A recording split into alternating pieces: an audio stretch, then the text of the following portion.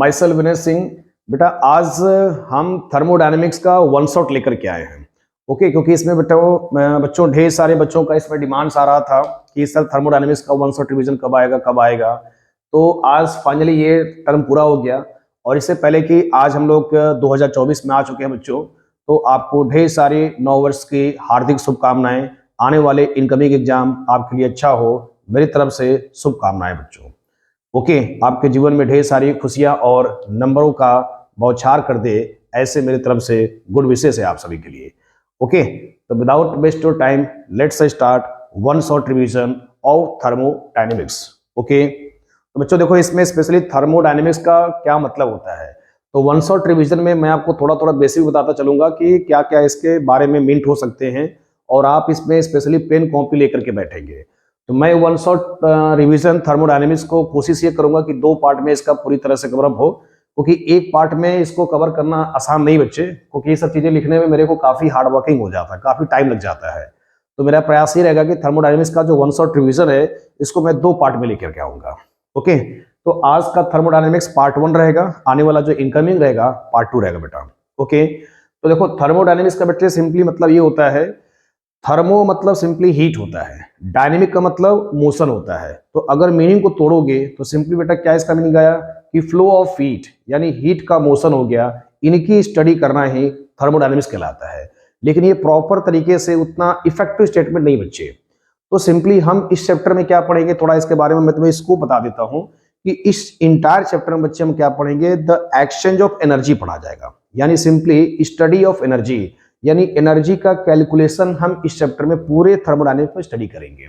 अब देखो एनर्जी का क्या मतलब हो गया, जैसे कोई फिजिकल है या कोई केमिकल रिएक्शन है, जैसे कोई फिजिकल प्रोसेस है जस्ट लाइक सॉलिड से लिक्विड है या लिक्विड से गैस जाता है, या सिंपली बेटा कोई केमिकल रिएक्शन है, तो उस केमिकल रिएक्शन से हीट या तो रिलीज होगा या तो उस रिएक्शन को कराने के लिए हमें उसमें हीट सप्लाई करना पड़ेगा। अब कितना हीट सप्लाई करना पड़ेगा उसी का कैलकुलेशन ही पूरे इस इंटायर चैप्टर में बेटा हम क्या करेंगे, स्टडी करते हैं। और उससे रिलेटेड जो पैरामीटर्स आएंगे, जैसे कुछ टर्मिनोलॉजी आएगा, क्योंकि जब थर्मोडायनेमिक्स को बनाया गया था तो इसमें काफी टेक्निकल टर्म यूज किए गए थे, तो उन टेक्निकल टर्म को जब नहीं जानेंगे तो हम चैप्टर में एंट्री नहीं कर पाएंगे। आई होप कि इतना मीनिंग क्लियर हो गया। और बच्चे देखो थर्मोडायनेमिक्स का आज के डेट में क्या ना कि अमेजिंग एप्लीकेशन है। जैसे हम चंद्रयान 1 चंद्रयान 2 का काफी इस समय ट्रेंड चल रहा है, चंद्रयान 2 चंद्रयान 3, अभी इससे आदित्य L1 लॉन्च किया गया है। तो सिंपली बेटा अंतरिक्ष में जाने के लिए जो हम लोग सिंपली रॉकेट यानी लॉन्च करते हैं, तो इसमें जो हम लोग फ्यूल ऐड करते हैं, तो फ्यूल को कैलकुलेशन होता होगा कि इसमें कितना इसमें फ्यूल दें, कितना उसका कैलकुलेशन होगा एनर्जी को लेकर के, ताकि वहां तक वो जा सके, यानी उसको स्पेस प्रोग्राम में लॉन्च कर सके। तो उनके केमिकल रिएक्शन का जो एनर्जी एक्सचेंज है उनका भी कैलकुलेशन बेटा किस टॉपिक से जनरेट होता है, which is the part of thermodynamics. Okay, और बच्चे सिंपली इसके ढेर सारे प्लेंटीफुल एप्लीकेशन होते हैं। रिएक्शन की फिजिबिलिटी का होना, रिएक्शन होगा कि नहीं होगा, तो ये सारे जो स्कोप ऑफ थर्मोडायनेमिक्स के बेटा अंतर्गत आते हैं। आई होप कि थोड़ा सा ये बेसिक आपको थोड़ा सा पिक्चर पूरी तरह से क्लियर कर दिया होगा। और जो सिंपली जो हमारी डेली लाइफ में व्हीकल्स बेटा होते हैं, जो हम लोग सिंपली 2 व्हीलर 4 व्हीलर चलाते हैं, तो जो बेटा वो पिस्टन होता है ना, उसके अंदर भी सिंपली क्या होता है, जो पिस्टन जब गर्म होता है तो फ्यूल को बर्न करता है, और उस फ्यूल से सिंपली क्या ना इंजन रोटेट होना शुरू हो जाता है। तो this is the part of principle of thermodynamics. ये सब बेटा अमेजिंग एप्लीकेशन किसके हैं, थर्मोडायनेमिक्स के हैं। तो मेरा ये सब बताने का पर्पज ये था ताकि थर्मोडायनेमिक्स में आपका थोड़ा इंटरेस्ट क्रिएट हो सके, क्योंकि ये चैप्टर बेटा इतना आसान नहीं है पूरे हमारे 11th केमिस्ट्री में। तो मैंने इसको थोड़ा इंटरेस्ट क्रिएट करने का प्रयास किया है ताकि थोड़ा चैप्टर में इंटरेस्ट क्रिएट हो सके। अब चलते बच्चा जो मैंने स्टेटमेंट लिखा है उनको एक एक करके स्टडी करते हैं। ओके, तो बच्चे देखो इंट्रोडक्शन में मैंने क्या लिखा है, इट्स स्टडी ऑफ एनर्जी, यानी सिंपली क्या हम चैप्टर में स्टडी करेंगे, एनर्जी का स्टडी या एनर्जी का कैलकुलेशन। अभी देखो थोड़ा सा कम समझ में आ रहा होगा, जैसे जैसे टॉपिक में आगे बढ़ेंगे वैसे वैसे चीजें एनर्जी के बारे में आपको अंडरस्टैंड होता चला जाएगा बेटा। आगे देखो, एंड इंटरेक्शन विथ मैटर, जैसे सिंपली क्या कहते हैं, कोई इस पर लाइट को पास कर दोगे जस्ट लाइक मार्कर है, तो इस पर रेडिएशन पास कर दोगे तो सिंपली सोर्स ऑफ एनर्जी आ रहा है, तो इस पे क्या करे बेटा, मैटर का इंटरेक्शन हो रहा है, यानी एनर्जी जो है इससे इंटरेक्ट कर रहा है। तो इनके सिंपली कितना टाइम पे रिएक्शन प्रोसीड होगा, ये सब एनर्जी का एक्सचेंज, ये सब बेटा स्टडी ऑफ एनर्जी का कैलकुलेशन ही कहलाता है थर्मोडायनेमिक्स कहलाता है। तो बच्चे इतना क्लियर हो गया, यानी study of energy and interaction with matter. Okay, this is the part of thermodynamics, understand. बच्चे अगला देखो, स्कोप ऑफ थर्मोडायनेमिक्स, यानी थर्मोडायनेमिक्स का देखो स्कोप क्या होता है, ऑलरेडी हम बता चुके हैं, जस्ट इसको एक बार रीड कर लो। तो पहला बेटा simply this is the very important part है कि थर्मोडायनेमिक्स का जो स्कोप होता है फिजिबिलिटी ऑफ रिएक्शन में, यानी रिएक्शन होगा कि नहीं होगा, ये कौन बताता है, थर्मोडायनेमिक्स बताता है। बेटा एक ब्रांच ऐसे ही और आता है केमिकल काइनेटिक्स है। तो केमिकल काइनेटिक्स ये क्लास 12 का चैप्टर है। तो ये चैप्टर जो है थर्मोडायनेमिक्स और केमिकल काइनेटिक्स, ये केमिस्ट्री के समझो कि इतिहास ही बदल दिए। केमिस्ट्री का क्या किए कि पूरा तरह से इतिहास बदल दिए, क्योंकि केमिकल काइनेटिक्स बेटा ये बताता है कि रिएक्शन कितने टाइम में हो जाएगा, तो और थर्मोडायनेमिक्स क्या बताता है, रिएक्शन होगा कि नहीं होगा। लेकिन रिएक्शन को ये नहीं बताता है कि कितने समय में होगा, यानी कितने टाइम पे हो जाएगा। तो बेटा वो कौन सी ब्रांच है, केमिकल काइनेटिक्स। तो रिएक्शन का स्पीड कैलकुलेट करना केमिकल काइनेटिक्स से मालूम चलता है, रिएक्शन की फिजिबिलिटी थर्मोडायनेमिक्स से मालूम चलता है। आई होप कि दो बातें क्लियर हो गई अच्छे से। ये दो ऐसे टॉपिक हैं जो केमिस्ट्री को रिवोल्यूशन ला के रख दिए समझो, यानी केमिस्ट्री में एक इतिहास पलट के रख दिए कि पहले रिएक्शन होगा और दूसरा क्या कहते हैं कितने टाइम में होगा, वो केमिकल काइनेटिक्स का बच्चे ब्रांच है। ओके, आगे बढ़ते हैं। इसके बाद अगला देखो एनर्जी का एक्सचेंज, ऑलरेडी हम बता चुके हैं। Calculate the extent to which a chemical reaction proceed, reaction का प्रोसीड होना भी सिंपली बेटा कौन बताता है, ब्रांच ऑफ थर्मोडायनेमिक्स बताता है। ओके, अब चलते देखो कुछ इसके लिमिटेशंस है, क्योंकि जो चैप्टर जो बनते हैं कुछ ना कुछ उनके लिमिटेशंस भी होते हैं। जब थर्मोडायनेमिक्स बनाया गया था तो ढेर सारे इसके कुछ एजम्पशंस थे, उन्हीं एजम्पशन में थे हमारे पास सिंपली बेटा ये है। तो लिमिटेशन ये है कि अप्लीकेबल ऑफ माइक्रोस्कोपिक, तो बच्चे माइक्रोस्कोपिक का मतलब होता है कि ये लार्ज प्रॉपर्टी पे एप्लीकेबल होता है। अब सिंपली बच्चे देखो जैसे जस्ट लाइक मार्कर ही है, तो मार्कर के अंदर हमने इंक डाला है, तो इंक क्या हो जाएगा, जो इंक के अंदर पार्टिकल्स होंगे, this is the microscopic properties. लेकिन अगर हम ऐसे स्टडी करेंगे मार्कर का, ये कैप का स्टडी करेंगे, तो ये सब क्या ना बेटा बल्क प्रॉपर्टी है, जो हमें नेकेड आई से सीन हो जाता है, जिनकी हम आंखों देखा हाल क्या है ना स्टडी करते हैं। तो this is the micro, micro मतलब लार्ज प्रॉपर्टी होता है, बल्क प्रॉपर्टी होता है। तो बेटा वही वो कहना चाहता है कि लिमिटेशन क्या है कि applicable of microscopic property do not applicable microscopic properties. Okay बेटा अगला ये भी दिया गया है, देखो can not the predict the speed of the reaction, यानी ये स्पेशली क्या ना कि रिएक्शन की स्पीड प्रेडिक्ट नहीं कर पाता है। स्पीड कौन प्रेडिक्ट करता है, केमिकल काइनेटिक्स। कहां पढ़ोगे, क्लास 12 के केमिकल काइनेटिक्स चैप्टर में बेटा। ओके, अब देखो इसके बाद इस चैप्टर में कुछ टर्म रिलेटेड टू थर्मोडायनेमिक्स आता है। कुछ इस चैप्टर में जब ये बनाया गया था तो हमारे फॉरेन से ये टॉपिक लिया गया है, तो कुछ इनके बेसिक टर्मिनोलॉजी आते हैं, तो उसको हेडिंग डाल सकते हो टर्म रिलेटेड टू थर्मोडायनेमिक्स बच्चे। तो सबसे पहले देखो इसमें जो टर्म आता है बच्चे, वो सिस्टम आता है। क्या आता है जी, सिस्टम। फिर बेटा क्या आता है, सराउंडिंग आता है। फिर इन दोनों को बच्चे मिला दोगे तो दिस इज द यूनिवर्स आता है। क्या आता है बच्चे, यूनिवर्स है। तो देखो सिस्टम का सिंपली बेटा मतलब ये होता है the part of the universe which observation take place, यानी सिस्टम बेटा क्या है कि यूनिवर्स का एक ऐसा पार्ट जहां पर हम ऑब्जर्वेशन टेक प्लेस करते हैं या इन्वेस्टिगेशन टेक प्लेस करते हैं। जस्ट लाइक मान लो बेटा ये सिंपली क्या है, मेरे पास मार्कर है, तो मार्कर के इंक के अंदर, यानी स्पेशली बेटा मार्कर के अंदर हमारे पास सिंपली क्या होगा, यानी इंक है, इंक क्या हो गया, सिस्टम हो जाएगा।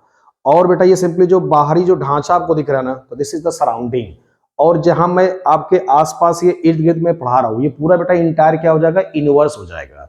यानी इस के चारों ओर, यानी इस ढक्कन के चारों जितना भी स्पेस दिखता है वो सब बच्चा क्या हो जाएगा, यूनिवर्स हो जाएगा। मेरी बात समझ गए। इंक क्या हो गया आपका, सिंपली सिस्टम हो गया। ये ढक्कन क्या हो गया, सराउंडिंग हो गया। इसके आसपास के चारों ओर का हिस्सा यूनिवर्स कहलाएगा। तो बेटा सिस्टम क्या हो गया कि यूनिवर्स का एक ऐसा पार्ट जहां पर ऑब्जर्वेशन टेक प्लेस होता है, उसको बच्चे क्या कहते हैं, सिस्टम कहते हैं। ओके, आगे बढ़ते हैं, क्योंकि मेरा वन शॉट है तो ये सब चीजें बेसिक है, इनसे क्वेश्चन आता नहीं है, लेकिन थोड़ा शुरुआती में स्लो हूं, फिर इसके बाद मैं थोड़ा स्पीड पकड़ लूंगा, क्योंकि इनसे बेटा क्वेश्चन आता नहीं है, लेकिन थोड़ा मेरा प्रयास ये है कि थोड़ा ये पिक्चर आपको थर्मोडायनेमिक्स में क्लियर कर दे। ओके चलो आगे बढ़ते बच्चे। अब देखो टाइप ऑफ सिस्टम, सिस्टम पढ़ लिए तो तीन तरह के हमारे पास ये सिस्टम आते हैं। पहला बेटा सिंपली क्या है ना, ओपन सिस्टम है, क्लोज सिस्टम है, आइसोलेटेड है। इनको भी थोड़ा एक एक करके डिस्कस कर लेते हैं, क्योंकि हमारे एकेडमिक लेवल पे इनसे डेफिनेशन बन जाता है, एग्जाम्पल पूछ लेता है कभी कभी। तो बेटा सिंपली क्या है ना, देखो ओपन का मतलब क्या है कि इसमें मास और एनर्जी दोनों का एक्सचेंज होगा। यानी सिंपली क्या हो गया, ऐसे प्रोसेस या such system can exchange mass as well as energy, यानी जिससे मास भी एक्सचेंज हो सकता है और एनर्जी भी एक्सचेंज हो सकता है। जैसे बेटा क्या ना कि हम खुली चाय, कप ऑफ ओपन टी, यानी ओपन जो हो गया सिंपली जो चाय पीते हैं सिंपली, तो सिंपली बेटा वो क्या होगा, उसमें मास का भी एक्सचेंज होगा और एनर्जी का भी एक्सचेंज होगा। अब बेटा मास का मतलब ये नहीं कि सिंपली क्या कहते हैं जो हम चाय पी रहे हैं वो एक कप चाय जो है क्या कहते हैं 1 घंटे में आधा खाली हो जाएगा, ऐसा नहीं है। मास का मतलब क्या हो गया कि थोड़ा थोड़ा जो इसमें जो मैटर है ना वो थोड़ा थोड़ा स्लाइटली बेटा कम होना शुरू हो जाता है। तो अगर खुले में होगा चाय तो मास का भी एक्सचेंज होगा एज वेल एज एनर्जी का भी बच्चे एक्सचेंज होगा। अगला देखो बेटा सिंपली क्या ना क्लोज्ड है, तो क्लोज्ड में सिंपली जो मैटर है वो सिंपली क्या कहते हैं बेटा एक्सचेंज नहीं होगी, मास एक्सचेंज नहीं होगा, बट सिंपली एनर्जी एक्सचेंज होगा। देखो मैं तुम्हें फील कराता बच्चे, जैसे सिंपली बेटा क्या ना मोबाइल फोन है, जैसे लैपटॉप है समझो, तो मोबाइल फोन सिंपली बेटा क्या ना कि जब हम बात करते हैं समझो तो मोबाइल हीट हो जाता है, तो मोबाइल हीट हो जाता है तो क्या मोबाइल का वजन कम हो जाता है? ऐसा तो संभव होता नहीं है। उसमें जो हीट हो रहा है ना तो बेटा वो जो हीट एक्सचेंज हो रहा है एनर्जी के फॉर्म में, तो उसमें केवल एनर्जी का एक्सचेंज हो रहा है। दूसरा बेटा एग्जांपल देखो, जैसे लैपटॉप है, हम इन पे काम करते हैं तो क्या होता है लैपटॉप हीट हो जाता है, तो क्या लैपटॉप का वजन कम हो जाता है? ऐसा तो होता नहीं है। स्पेशली जब वो हीट होता है तो एनर्जी का एक्सचेंज होता है। तो this is the system of close. बेटा थर्ड हमारे पास है आइसोलेटेड, नीदर एक्सचेंज मास नॉर एक्सचेंज एनर्जी। तो बेटा सिंपली क्या कहलाएगा, आइसोलेटेड कहलाएगा। जैसे थर्मस फ्लास्क होता है, एक बार सिंपली क्या ना, जैसे इस समय ठंडी का टाइम चल रहा है तो आप गर्म पानी उसमें डाल दोगे तो सिंपली जो यानी कि मिल्टन का बॉटल आता है तो सिंपली 6 घंटा 10 घंटा तक पानी वो सिंपली क्या करते हैं बेटा, जब तक आप ढक्कन न खोलोगे ओके, तो पानी ऐसे मेंटेन रहता है। यानी कि आपका सराउंडिंग से यानी बाहरी सिस्टम से ना वो तो हीट को एब्जॉर्ब करता है और ना ही सिंपली सिस्टम से एनर्जी को रिलीज करता है। This is the type of isolated system बिठाएगा। ओके, अब देखो इसके बाद बच्चे नेक्स्ट जो पैरामीटर आता है स्टेट ऑफ सिस्टम आता है बच्चे। कौन आता है? स्टेट ऑफ सिस्टम आता है। अब देखो बेटा स्टेट ऑफ सिस्टम में हमारे पास सिंपली क्या होता है कि जो थर्मोडायनेमिक ऑब्जर्वेबल प्रॉपर्टीज होती हैं, थर्मोडायनेमिक जैसे ऑब्जर्वेबल प्रॉपर्टीज, क्योंकि अब हमारा थर्मोडायनेमिक्स बेटा अंदर हम प्रवेश कर रहे हैं, तो सिंपली क्या हो गया कि जो थर्मोडायनेमिक के अंदर वाली चीजें जैसे प्रेशर हो सकता है, वॉल्यूम हो सकता है, टेम्परेचर हो सकता है, मोल हो सकता है, तो इनका जो ऑब्जर्वेबल प्रॉपर्टीज होता है इनको स्टडी के लिए हमारे पास जो नया थर्मोडायनेमिक पैरामीटर यूज किया गया जिसका नाम है स्टेट ऑफ सिस्टम है। तो बेटा इसके दो टाइप आते हैं, एक का नाम है स्टेट फंक्शन और दूसरे का नाम है बच्चे पाथ फंक्शन है। तो जरा देखो एक एक करके स्टडी करते हैं, क्योंकि ये सब क्या ना थर्मोडायनेमिक ऑब्जर्वेबल प्रॉपर्टीज है। क्या कहा जाता है? थर्मोडायनेमिक ऑब्जर्वेबल प्रॉपर्टीज बेटा कहा जाता है। अब इसमें देखो क्या क्या हो सकता है, प्रेशर है, वॉल्यूम है, टेम्परेचर है और N1 का मतलब क्या होगा बेटा? मोल हो गया सिंपली। तो स्टेट फंक्शन ये कहता है properties that depends upon state of the system and not on the path follow to attain the system. Simply बच्चे मतलब ये है state function thermodynamic function which depend upon initial and final position of the system which do not depend path followed by achieve this manner। अभी तक समझ नहीं आया होगा क्या मैंने इतना इंग्लिश झाड़ दिया, ये आपको पल्ले नहीं पड़ा होगा। देखो बेटा इसमें सिंपली कहना चाहता है कि स्टेट फंक्शन सिर्फ और सिर्फ इनिशियल पे और फाइनल के पोजीशन पे डिपेंड करेगा, वो डिपेंड नहीं करता है कि आप किस पाथ से जाते हो। जैसे सिंपली बेटा क्या ना कि हमें मैहर जाने के कई रास्ते हो सकते हैं, या आप ट्रेन से जा सकते हो, बस से जा सकते हो, उससे डजेंट मैटर नहीं है। इनिशियल हमने क्या चला है और फाइनल हमारा गंतव्य क्या है इस पे डिपेंड करता है बच्चे। यहां तक आपको क्लियर हो गया? तो देखो जैसे मान लो कि मैंने एक डायग्राम से मेंशन किया है, this is the state A. हमने मान लिया कि ये हमारा स्टेट ए है और ये हमारा स्टेट बी है। तो हमारे पास स्टेट ए में जो observable property such as P1, pressure P1 ले लिया, टेम्परेचर मान लो T1 ले लिया, वॉल्यूम इसका V1 ले लिया, मोल इसका N1 ले लिया, फाइनल इसमें मान चला कुछ चेंज हो गया, सडन चेंज हो गया, कुछ काम किया तो बाद में आफ्टर गैस सिस्टम पे, जैसे मान लो बेटा हमने स्पेशली इसी पे काम किया तो इनिशियली क्या रहा होगा, इस पे कुछ प्रेशर लग गया तो फाइनल इसका चेंज क्या होगा, तो this is the initial and this is the final, इसी को स्टेट फंक्शन कहा जाता है। तो बेटा फाइनल चेंज में क्या हो गया, P2 हो गया, वॉल्यूम V2 हो गया, टेम्परेचर T2 हो गया एंड N2 हो गया। तो थर्मोडायनेमिक में स्टेट फंक्शन का मतलब यह है कि thermodynamic function which depends upon initial and final position of the system. Done. जो इनिशियल और फाइनल पर डिपेंड करता है ऐसे वाले को स्टेट फंक्शन कहा जाता है। इसमें एग्जांपल है प्रेशर है, वॉल्यूम है, टेम्परेचर है एंड मोल है। ओके आगे बढ़ते बच्चे देखो। अब देखो जैसे पाथ फंक्शन है तो पाथ का मतलब होता है रास्ता, जो कि रास्ते पर डिपेंड करे। तो कुछ मैंने ये पॉइंट्स लिख दिया है ताकि आपको ये सब क्या ना ऑब्जेक्टिव में पॉइंट्स पूछ लेते बच्चों। ओके तो जैसे देखो क्वांटिटीज नॉट प्रॉपर्टीज, यानी क्वांटिटीज है depends on path followed by the system to achieve a particular state. Simply path पे डिपेंड करना, रास्ते पे डिपेंड करना कि वो किस मैनर से या किस पाथ से ट्रेवल कर रहा है बच्चे। ओके तो this is the path function. Example देखो बेटा, इसमें वर्क डन हो सकता है, हीट हो सकता है, हीट कैपेसिटी हो सकता है। तो अब बोलोगे कि सर पेपर में कैसे सवाल आते हैं, तो बेटा सिंपली आपको एग्जाम्पल पूछता है, खाली पाथ फंक्शन याद कर लो, W एंड हीट, ये किसके एग्जाम्पल है, पाथ फंक्शन के। इसके अलावा सब बच गए आपके स्टेट फंक्शन हो जाएंगे। ओके इतना क्लियर हो गया, आगे बढ़ते हैं। पाथ फंक्शन के दो एग्जाम्पल, मेरे साथ आंख बंद करके रट्टा मारो। पाथ फंक्शन के दो एग्जाम्पल वर्क डन है और हीट है, अलग से याद कर लो हीट कैपेसिटी, आपका काम ओके हो जाएगा। आगे बढ़ो बच्चे। अगला देखो जो नेक्स्ट पैरामीटर्स आता है, जो थर्मोडायनेमिक को लेकर के जो टर्म आते हैं, this is the very very important बेटा। इससे हर साल जो है किसी ना किसी एकेडमिक लेवल पे या किसी ना किसी जेई नीट के सेट में इस पे क्वेश्चन बेटा बनता है। बात समझ में आ गया। अब देखो क्वेश्चन कैसे बनेगा, उनके एग्जाम्पल बड़े पॉपुलर है, तो इसलिए देखो मैंने इसमें ढेर सारे एग्जाम्पल लिखा है, कुछ मैं अलग से लिखवा दूंगा तो आप पेन और कॉपी लेकर के बैठे रहेंगे, ऐसे केवल टाइम पास नहीं करना है, समझ गए। ओके अब देखो बच्चे तो इंटेंसिव देखो, पहले देखो इसको मतलब तोड़ो।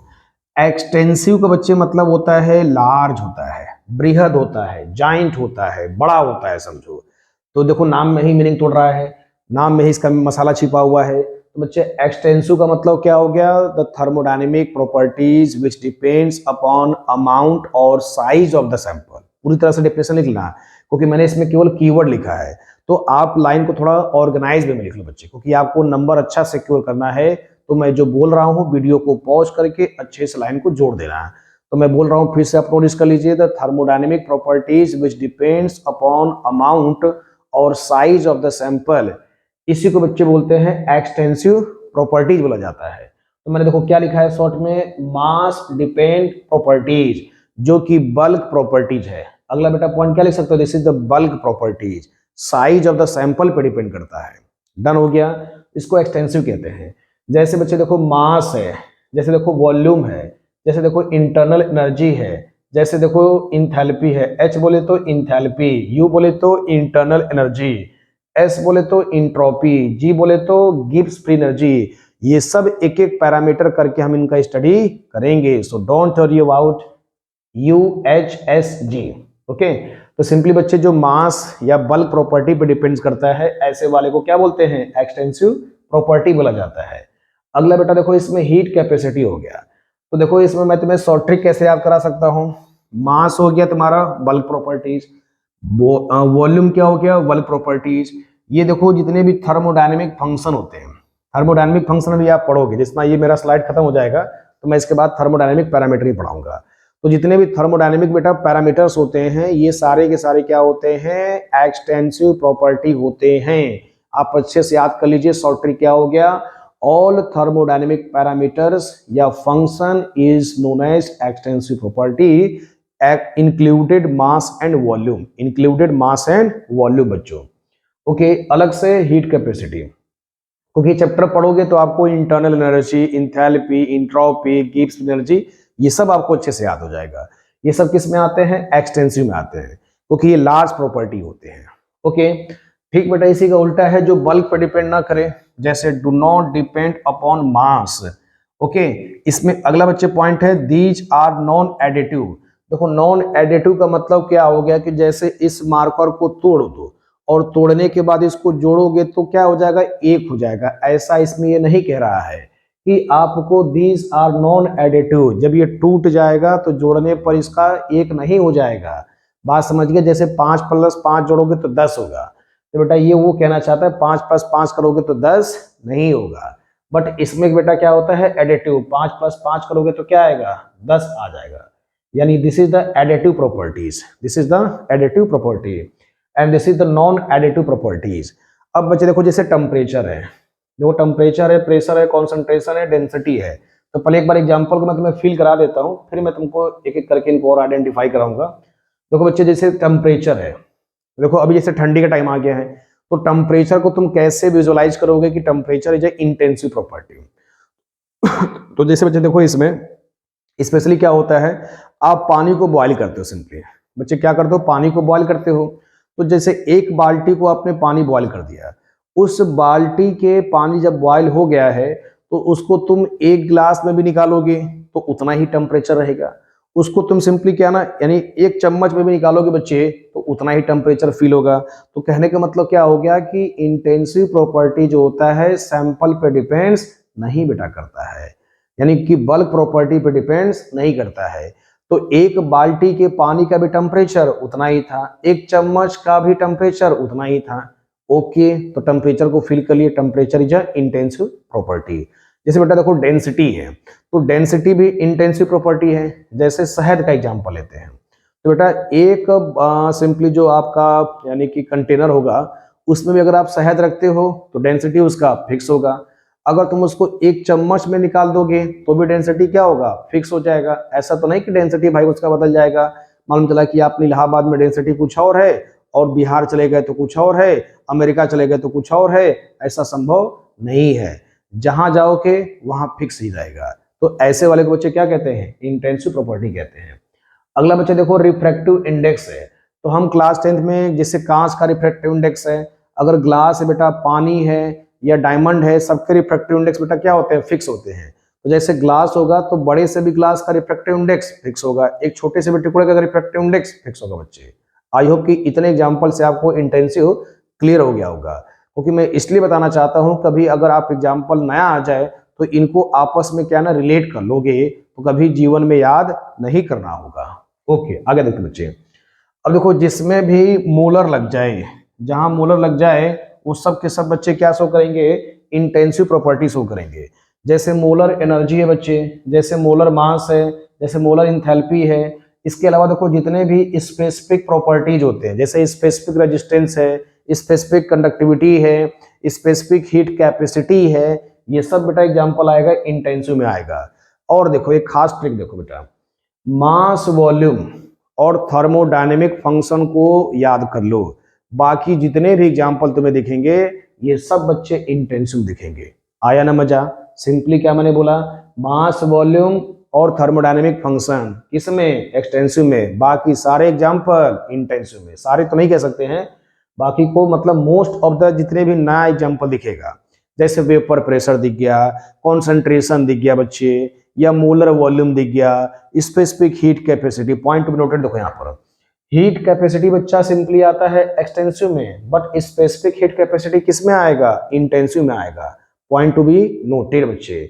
मोलर वाले किस में आएंगे, वो सारे के सारे इंटेंसिव में आएंगे। तो बेटा इतना आपका पार्ट क्लियर हो गया। तो ये सब देखो बेसिक टर्मिनोलॉजी था। अब देखो इसी बेसिक टर्मिनोलॉजी में बेटा सिंपली हम आपको स्टडी करा देता हूं थर्मोडायनेमिक जो प्रोसेसेस होते हैं, इनसे भी कभी कभी बेटा ऑब्जेक्टिव में क्वेश्चन बन जाता है। थर्मोडायनेमिक प्रोसेस का मतलब सिंपली क्या हो गया कि आइसोथर्मल है, कि आइसोबारिक है, कि एडियाबैटिक है, कि आइसोकोरिक है, कि साइक्लिक प्रोसेस है बच्चों। ओके, अब देखो एक एक करके मुझे सीख लिया जाए। तो बेटा आइसो का मतलब सिंपली सेम होता है, जैसे आइसोमेरिज्म पढ़ते होगे ऑर्गेनिक केमिस्ट्री में, तो आइसोमेरिज्म का मतलब बेटा simply same molecular formula but different structural representation. तो देखो इसको कैसे शॉर्ट ट्रिक में याद करोगे। आइसो का बच्चे मतलब सेम हो गया, और थर्मल का मतलब क्या होता है, यानी हीट होता है। और हीट स्पेशली कैसे जनरेट होगा, टेम्परेचर से जनरेट होगा। तो क्या निष्कर्ष निकला, यानी temperature is constant through out the system. तो बेटा सिंपली अगर टेम्परेचर कांस्टेंट होगा तो मैथमेटिकली क्या लिखा जाएगा, डेल्टा टी शुड बी 0।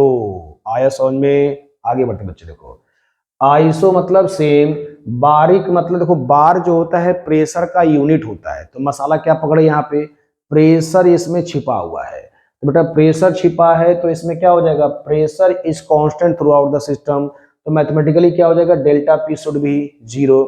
अगला बेटा देखो adiabatic, adiabatic is much much important regarding academic exam. तो एडियाबैटिक में बेटा सिंपली क्या होगा, हीट कांस्टेंट होगा। भाई क्या होगा इसमें, heat is constant through out the system, यानी ये सिस्टम से ना तो हीट को लेने, ना तो ये सिस्टम से बेटा सिंपली क्या कहते हैं, एडियाबैटिक जो वाल होते हैं या सिंपली हमारा जो सराउंडिंग होता है, ना तो सिंपली ये हीट बाहर से लेगा और ना ही ये रिलीज करेगा। तो थ्रू आउट द सिस्टम क्या होगा बेटा, हीट कांस्टेंट हो गया। अब अगला देखो बेटा आइसोकोरिक है। तो अब तुम्हारा देखो गेस करो, टेम्परेचर है, प्रेशर आ गया, तो टेम्परेचर, प्रेशर और उसका जो परिवार का सदस्य है वो है वॉल्यूम। भाई टेम्परेचर आ गया, प्रेशर आ गया, तो गेस करो क्या आएगा बच्चे, वॉल्यूम आ जाएगा। तो वॉल्यूम में क्या हो जाएगा, delta we should be 0। Mathematically क्या लिखोगे, delta we should be 0। Done हो गया। तो ये सारे पैरामीटर अच्छे से याद कर लेना, क्योंकि इनसे बेटा ऑब्जेक्टिव में क्वेश्चन बन जाता है। क्वेश्चन कैसे बनेगा कि which one of the following is a exact process या करेक्ट स्टेटमेंट रिगार्डिंग एडियाबैटिक। तो heat is constant through out the system, mathematically delta Q should be 0। बेटा इसमें एक पॉइंट और है, साइक्लिक प्रोसेस है। तो देखो साइक्लिक प्रोसेस बेटा सिंपली क्या होता है कि जितने भी आपके डिफरेंशियल टर्म होंगे, यानी जहां पर डी लग जाएगा, डी वाला, क्योंकि साइक्लिक का मतलब इंस्टेंट मोमेंट पे सब कुछ 0 होना चाहिए। तो इंस्टेंट पे अगर स्टडी करते हैं तो उसका डिफरेंशिएशन स्टडी करते हैं, तो सब में क्या लगा दोगे, डी लगा दोगे। तो D should be 0, D S should be 0, delta G should be 0। Okay, तो बेटा ये सब क्या कहलाते हैं, साइक्लिक प्रोसेस कहलाता है। तो देखो हम लोगों ने यहाँ तक बेटा स्टडी कर लिया, सारे के सारे टर्मिनोलॉजी को हमने क्या कर लिया, स्टडी कर लिया बच्चे। अब देखो इसके बाद जो होता है हमारे पास दो तरह के प्रोसेस आते हैं। एक का नाम बच्चे क्या है, रिवर्सिबल प्रोसेस है, और एक का नाम बेटा क्या है, इरिवर्सिबल प्रोसेस है। तो देखो रिवर्सिबल तुम्हें नाम से सजेस्ट करता है, जैसे कोई बेटा रिएक्शन होता है, रिएक्टेंट से प्रोडक्ट जाते हैं, और प्रोडक्ट से जब रिएक्टेंट की ओर आओगे बच्चे, जब प्रोडक्ट से रिएक्टेंट की ओर आओगे तो ऐसे प्रोसेस को रिवर्सल बोला जाता है। यानी देखो सिंपली क्या कहते हैं, आप रिएक्टेंट से प्रोडक्ट गए और प्रोडक्ट से रिएक्टेंट गए, मतलब बोथ डायरेक्शन में गए, तो सिंपली बच्चे इसी को कहते हैं रिवर्सिबल प्रोसेस कहा जाता है।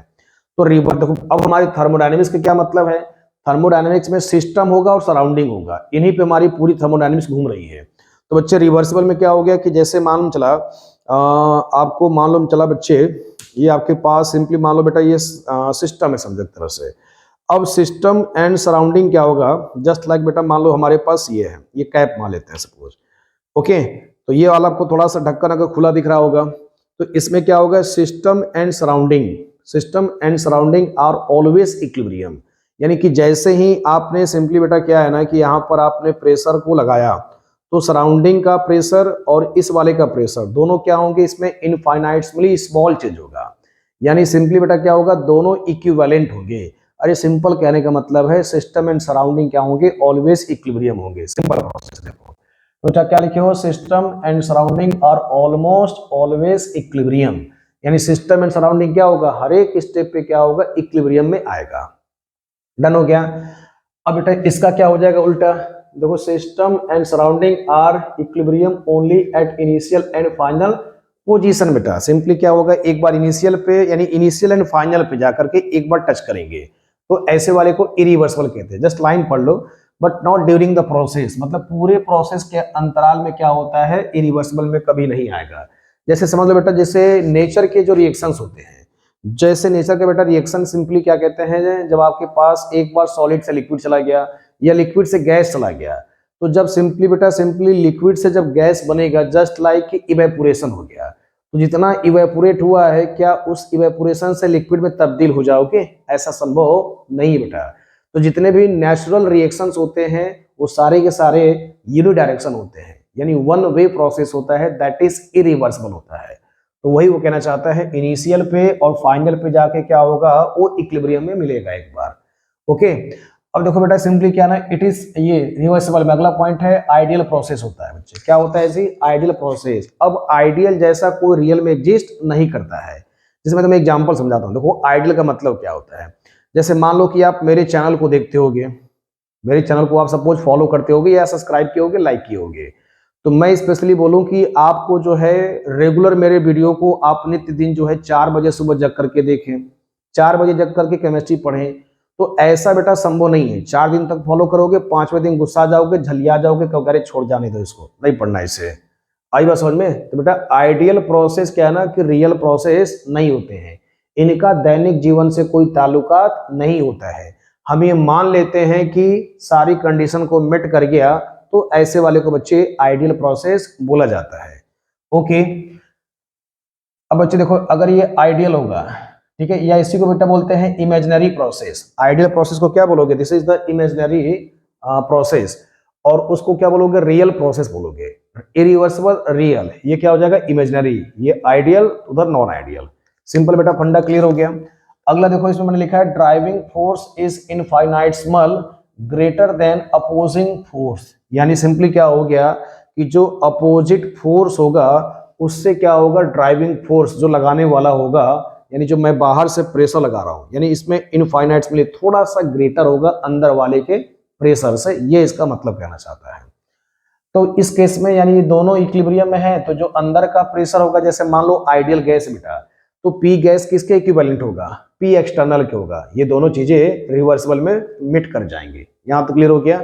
और इसमें बेटा क्या होगा कि driving force is much greater than opposing force, यानी इसमें जो बेटा सिंपली क्या हो गया कि जो अंदर का फोर्स है, बाहर वाले का फोर्स जो है, बाहर वाले का फोर्स क्या होगा? ज्यादा होगा, इरिवर्सिबल बेटा। ठीक है। अब बेटा देखो सिंपली हम लोगों ने थर्मोडायनेमिक के जितने भी टर्मिनोलॉजी है वो सारा हम लोगों ने रिकैप कर लिया है।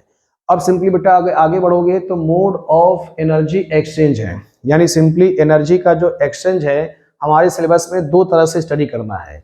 एक का नाम बेटा वर्क है और दूसरे का नाम क्या है? हीट है। अब देखो एक एक करके इसका निपटाने का प्रयास करते हैं। बेटा सिंपली हीट है, तो जो हीट होता है सिंपली ये 2 तरह से हमें साइन कन्वेंशन में स्टडी करने हैं। अगर given out by the system है बच्चे, given out by the system है तो इसको क्या लिखोगे? Negative. And heat absorb by the system है तो क्या साइन कन्वेंशन आएगा बच्चे? पॉजिटिव आएगा। देखो सिंपली इसका मतलब ये है, सब इतना आलतू फालतू लाइन लिखा गया है, देखो व्यवहारिक मतलब ये है कि यदि सिस्टम ने एनर्जी को लिया तो भाई पॉजिटिव है, सिस्टम ने काम करना शुरू कर दिया तो निगेटिव है। समझ गए मेरी बात को? जैसे क्या है, यदि आप नाश्ता करोगे, खाना खाते हो तो सिस्टम की एनर्जी बढ़ गया, और आप दिन भर पढ़ाई करने लगे, दिन भर क्रिकेट खेलने लगे, आपकी एनर्जी क्या हो जाएगा? डिक्रीज हो जाएगा। तो वही वो कहना चाहता है कि सिस्टम ने यदि एनर्जी को लिया, एब्जॉर्ब किया, तो भाई क्या होगा? सिस्टम की एनर्जी बढ़ जाएगी। बात को समझे? अगर सिस्टम ने काम करना शुरू कर दिया तो सिस्टम की एनर्जी डिक्रीज कर जाएगा। एकदम सिंपल फंडा है, एकदम देखो अपने अंदाज में केमिस्ट्री को सीखो। ये सब चीजें क्या ना कि मैं अपने हिसाब से लिख दिया है ताकि आपको एक अच्छा कंटेंट मिल जाए। ओके, तो बेटा सिंपली क्या है, सिस्टम ने यदि काम करना शुरू किया तो भाई सिस्टम की एनर्जी डिक्रीज हो जाएगा, क्योंकि ये सारी न्यूमेरिकल के पॉइंट ऑफ व्यू से साइन कन्वेंशन काम आता है। और सिस्टम को हीट मिलेगा तो क्या होगा? पॉजिटिव हो जाएगा। अब जरा देखते हैं वर्क का साइन कन्वेंशन। बेटा वर्क में 2 होता है, कंप्रेशन होता है, एक्सपेंशन होता है। तो भाई कंप्रेशन का सिंपली मतलब क्या हो गया कि बाहर का प्रेशर लगा रहे हो, समझो बाहर से प्रेशर सिस्टम को दे रहे हो, यानी सिस्टम पे काम हो रहा है एक तरह से। भाई सिस्टम पे काम होगा तो अंदर के गैसेस मॉलिक्यूल क्या होंगे? सिकुड़ जाएंगे, चिपक जाएंगे, एकदम बंध जाएंगे ऐसे। तो भाई अगर सिकुड़ जाएगा तो क्या हुआ? सिस्टम पे काम होने लगा ना, तो सिस्टम पे काम होगा तो कॉम्प्रेस होगा, तो कॉम्प्रेस के दौरान क्या होगा? डब्ल्यू बेटा पॉजिटिव होगा। और सिंपली क्या कहते हैं, जब सिस्टम ही काम करने लगेगा यानी अंदर के जो प्रेशर है एक्सपेंड कर जाएगा, बेटा एक्सपेंशन कहलाएगा। और एक्सपेंशन के दौरान बाय द सिस्टम होगा, और एक्सपेंशन में डब्ल्यू की वैल्यू या निगेटिव आएगा। तो कंप्रेशन में देखो ये सब चीजें बच्चे याद करते हैं, लेकिन मेरे कार्यकाल में रटना मना है। तो कंप्रेशन में पॉजिटिव, एक्सपेंशन में निगेटिव बच्चे आएगा। आई होप इतना आपको क्लियर हो गया होगा। ओके बेटा देखो अब चलते हैं सिंपली बच्चे पीवी वर्क क्यों चलते हैं। तो पीवी वर्क में सिंपली क्या ना कि आपको एक डेटा बड़ा यूजफुल है जो कि न्यूमेरिकल के पॉइंट ऑफ व्यू से काफी ज्यादा इंपॉर्टेंट है, क्योंकि आप इस चैप्टर में एक्सप्रेशन पीवी वर्क का पढ़ते हैं। तो बेटा प्रेशर वॉल्यूम, तो इसमें जो सिंपली प्रेशर वॉल्यूम यानी प्रेशर का यूनिट आएगा एटीएम और वॉल्यूम का यूनिट आएगा बच्चे लीटर आएगा। तो 1 लीटर एटीएम का जो वैल्यू होता है इस चीज को याद कर लो, क्योंकि पेपर में डेटा नहीं देता है, कभी कभी आपको जूल में पूछेगा कन्वर्ट करने के लिए और आपका आंसर आ जाता है लीटर एटीएम में, तो कैसे कन्वर्ट करोगे? 101 325 से मल्टीप्लाइड कर दोगे लीटर एटीएम को, तो सिंपली बेटा आपका आंसर आ जाएगा जूल में आ जाएगा। आई होप आपको यहाँ तक क्लियर हो गया होगा। तो बेटा नेक्स्ट हमारे पास कंटेंट है आइसोथर्मल, यानी कि एक्सप्रेशन ऑफ पीवी वर्क समझ लिया गया। तो हम लोग इसको दो तरह से स्टडी करेंगे। एक स्टडी करेंगे रिवर्सिबल आइसोथर्मल एक्सपेंशन में स्टडी किया जाएगा। तो मैं इसका डेरिवेशन आपको सिलेबस उतना नहीं पूछता है, मेरा वन शॉट को लेकर के है बच्चे। तो आइसोथर्मल रिवर्सिबल एक्सपेंशन यानी टेम्परेचर क्या होगा? कांस्टेंट होगा और बेटा क्या होगा? पीवी इक्वल टू एनआरटी, ये हमारा फॉर्मूला होता है। ओके, तो बेटा सिंपली क्या होता है? डी डब्ल्यू जब लिखोगे स्मॉल चेंज के लिए तो minus P external into delta B, यानी इस चैप्टर में फॉर्मूला क्या होता है? Minus P external delta V बेटा होता है। और स्मॉल चेंज के लिए डी वी ले लोगे। अब पी एक्सटर्नल की वैल्यू क्या ना यहाँ से जब पुट करोगे तो एनआरटी बाई बेटा वी आएगा, वी को अंदर ले जाओगे, लिमिट क्या है? v1 बाई v2 है, सॉल्व करोगे तो NRT N v2 by v1 आएगा। तो डेरिवेशन बेटा नहीं पूछता है, मेन क्या ना डिराइव होकर हमारे पास फॉर्मूला डेल्टा यानी कि आता है W reversible is equal to minus का 2.303 minus 2.303 NRT log v2 by v1। बेटा ये बॉस फॉर्मूला है, याद कर लीजिए।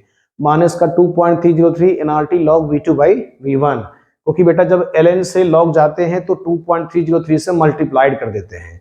बेटा फॉर्मूला क्या हो गया? 2.303 NRT log v2 by v1, 2.303 NRT log v2 by v1। मैं कई बार बोल देता हूँ, वीडियो को पॉज करके नोट कर लेना बच्चे अच्छे से। ओके, इतना क्लियर हो गया। अब देखो आइसोथर्मल इरिवर्सिबल एक्सपेंशन है बच्चे, यानी रिवर्सिबल में क्या होता है?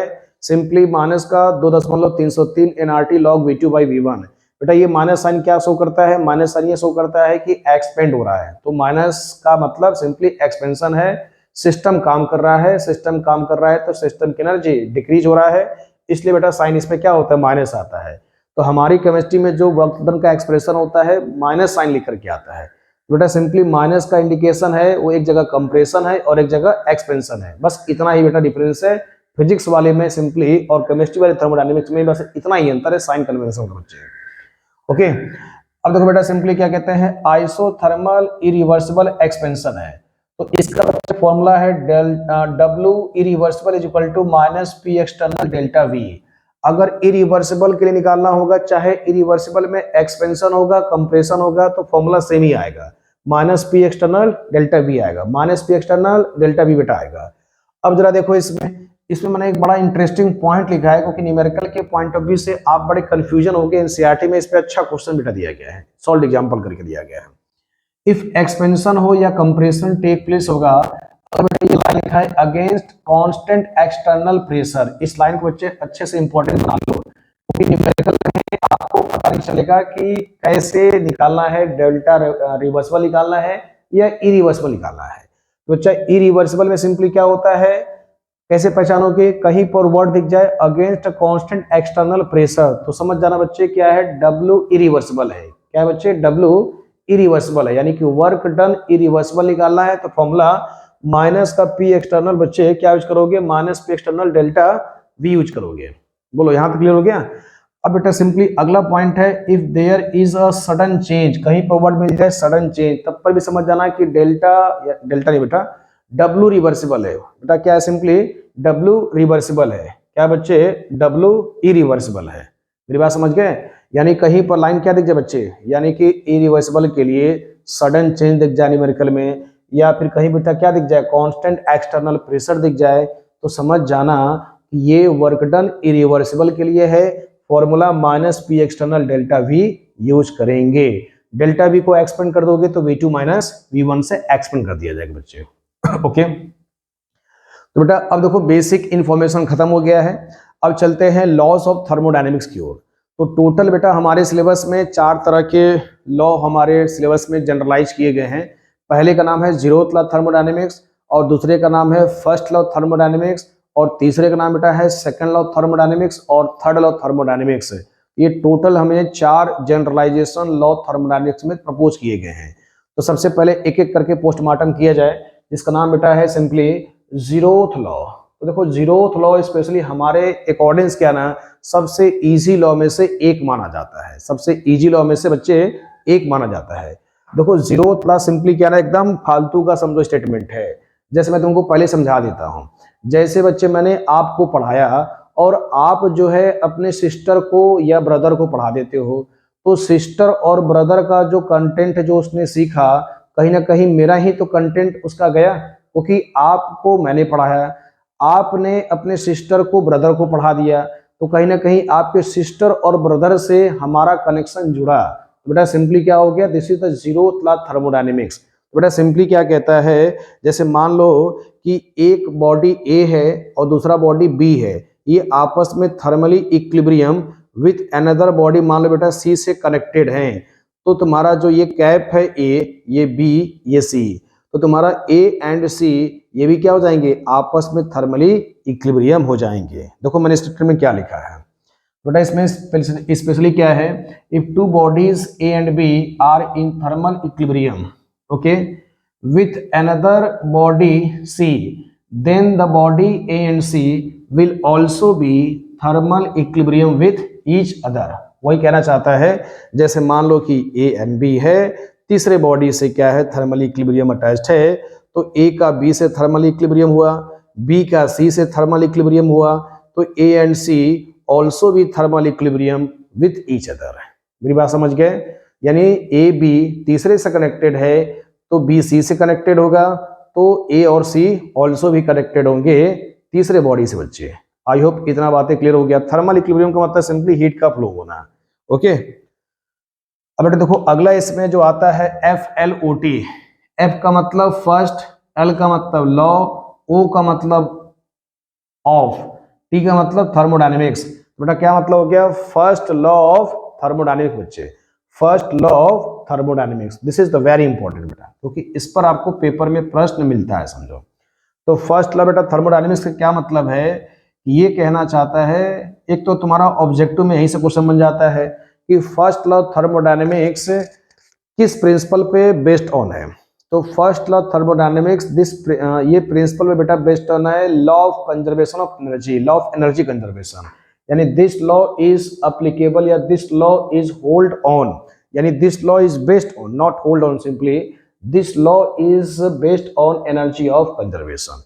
अब बच्चे सिंपली एनर्जी ऑफ कंजर्वेशन ये कहता है कि energy can neither be created not destroy but it can be changes one form to another form. Simply ना तो एनर्जी को क्रिएट किया जा सकता है ना डिस्ट्रॉय किया जा सकता है, बल्कि इसका एक फॉर्म से दूसरे फॉर्म में क्या होता है, रूपांतरण होता है, चेंजेज होता है बच्चे। तो फर्स्ट लॉ थर्मोडायनेमिक्स किस पर बेस्ड ऑन है, लॉ ऑफ एनर्जी कंजर्वेशन पे। इस चीज को अच्छे से ध्यान देना।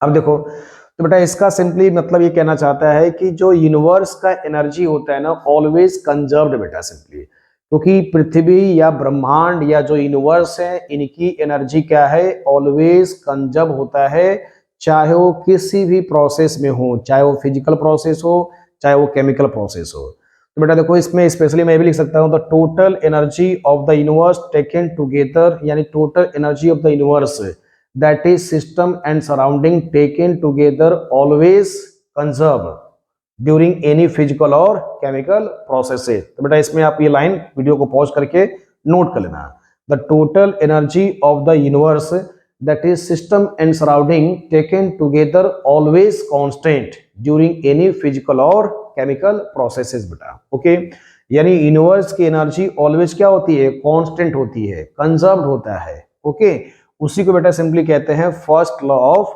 थर्मोडायनेमिक्स।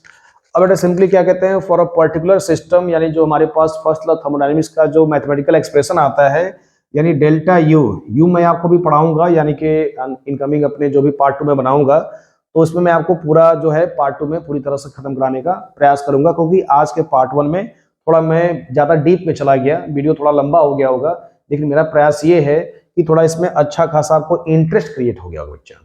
ठीक है यहाँ तक। तो डेल्टा यू इक्वल टू बेटा क्या हो जाएगा, क्यू प्लस डब्ल्यू, यानी delta U equal to Q plus W. Q क्या हो गया बेटा, हीट वर्क डन हो गया हमारे पास, सिंपली बेटा डब्ल्यू हो गया। या इसी को लिख सकते हो, जब work done by the system होगा, सिस्टम काम करेगा तो साइन कन्वेंशन क्या लिखोगे, माइनस डब्ल्यू, तो delta U equal to Q minus W भी आ सकता है। अब बेटा सिंपली क्या है ना कि special case of first law thermodynamics है, क्योंकि आपने ऊपर के ढेर सारे फॉर्मूले पढ़े हैं, तो फर्स्ट लॉ थर्मोडायनेमिक्स के क्या क्या स्पेशल केस बन सकते हैं, इनसे क्या क्या फॉर्मूला बेटा बन सकता है। तो बेटा सिंपली सबसे पहला फॉर्मूला है फॉर आइसोथर्मल है, तो डेल्टा टी क्या होगा, जीरो, क्योंकि आइसोथर्मल में बच्चे सिंपली क्या होता है, टेम्परेचर कांस्टेंट होता है, तो टेम्परेचर कांस्टेंट हो गया। अगर बच्चे टेम्परेचर कांस्टेंट होगा तो जो अंदर की एनर्जी होंगी उनके अंदर कोई भी हलचल नहीं होगा, अगर कोई हलचल नहीं होगा तो डेल्टा यू क्या होगा, शुड बी जीरो। अगर बच्चे डेल्टा यू जीरो होगा तो फर्स्ट लॉ थर्मोडायनेमिक्स को देखो, तो फर्स्ट लॉ थर्मोडायनेमिक्स में डेल्टा यू जीरो हो गया तो Q इज इक्वल टू बेटा क्या आएगा, माइनस का W आएगा। और देखो W का फॉर्मूला आपने क्या पढ़ा है, ये पढ़ा है माइनस का 2.303 nRT log V2 by V1 होता है। तो अब इसमें ये माइनस माइनस क्या कर देगा इसको प्लस, तो सिंपली W जो है वो Q के इक्विवेलेंट आ गया। तो बेटा तुमसे क्वेश्चन में पूछेगा रिवर्सिबल के लिए हीट निकाले, तो सिंपली क्या हो जाएगा, अगर W नेगेटिव में है तो Q क्या हो जाएगा, पॉजिटिव में हो जाएगा इस फॉर्मूले के हिसाब से। अगला बेटा हमारे पास सिंपली क्या है, देखो आइसोकोरिक है, तो आइसोकोरिक में बेटा क्या होता है, डेल्टा V जीरो होगा। अगर डेल्टा V जीरो होगा तो वर्क डन को देखो आपने अभी पढ़ा है P डेल्टा V होता है, तो बेटा P डेल्टा V है तो डेल्टा V क्या हो गया, जीरो, तो वर्क क्या हो जाएगा, जीरो। अगर वर्क जीरो हो जाएगा तो डेल्टा यू बेटा कितना आ गया, delta U equal to Q आ गया। सिंपली बात समझ गए, तो delta U equal to Q आ गया बच्चे। अगला देखो बेटा एडियाबैटिक है, तो एडियाबैटिक के लिए क्या होता है, हीट कांस्टेंट होता है, यानी हीट जीरो हो गया। अगर बेटा हीट जीरो हो जाएगा तो Q plus W equal to क्या हो गया, this term is should be zero, तो डेल्टा यू इक्वल टू क्या आ जाएगा, W के बराबर आ जाएगा। बात समझ गए। अगला बच्चे क्या ना आइसोबारिक है, तो आइसोबारिक में जो तुम्हारा फर्स्ट लॉ फॉर्मूला है ये एज इट इज रिटन रहेगा बच्चों। ओके, तो आई होप कि बेटा आपको इतना काफी कंटेंट क्लियर हो गया होगा। तो हम लोगों ने इसमें दो तरह के लॉ को डिस्कस कर लिया है। अब मैं अपने अगले पार्ट 1 में आगे मैं आपको इंटरनल एनर्जी, इंथैल्पी, आगे इंट्रोपी, गिब्स फ्री एनर्जी, तो मैं उसको अगले वाले पार्ट 2 में पूरी तरह से वन शॉट करा दूंगा, क्योंकि आज के लेक्चर में हमने बस कोशिश ये किया है कि आपका बेसिक और थोड़ा इंटरेस्ट क्रिएट हो जाए। आई होप कि वीडियो अच्छा लगा होगा। अगर अच्छा लगा होगा तो मेरे को आप कमेंट सेक्शन में जरूर मेंशन करें, क्योंकि आपके कमेंट सेक्शन से ही और अच्छे रिव्यू से ही मेरे को आगे वीडियो बनाने में काफी हेल्प मिलता है बेटा। Okay, thank you.